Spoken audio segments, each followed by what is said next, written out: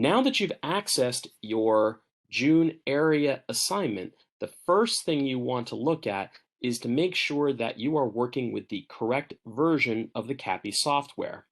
Up in the upper right corner, you should be able to tell what that version number is.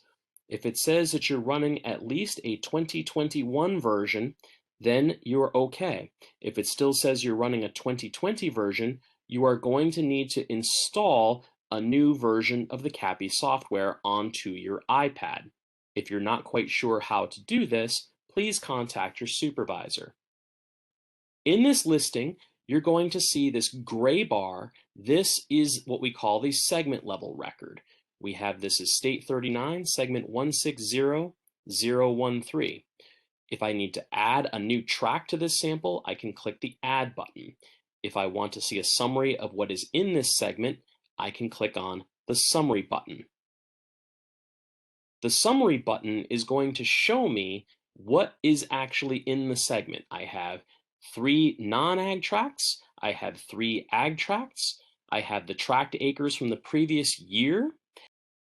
On the bottom, you're going to see a table that shows how many ag tracts and non-ag tracts have been accounted for so far, the sum of the reported acres on those tracts, the digitized acres within the segment, and the RADA number, which should be something between 95 and 105, so that we know we have all of the acres in the segment accounted for before we can submit it.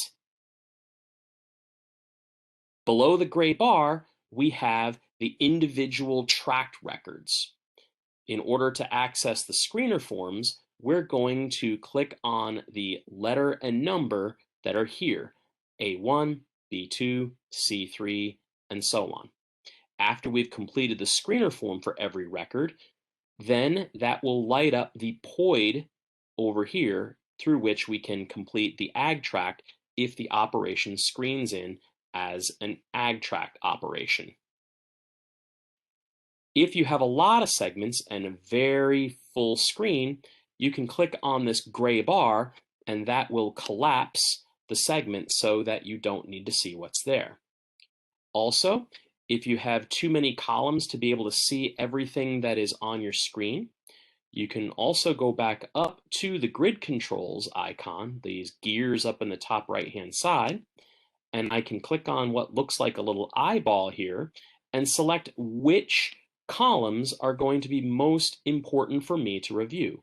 I may not need the sequence number or the DCMS code. I may not care about the start date or the stop date or the survey title, but I will probably want to have the segment number and the track number and the POIDs available.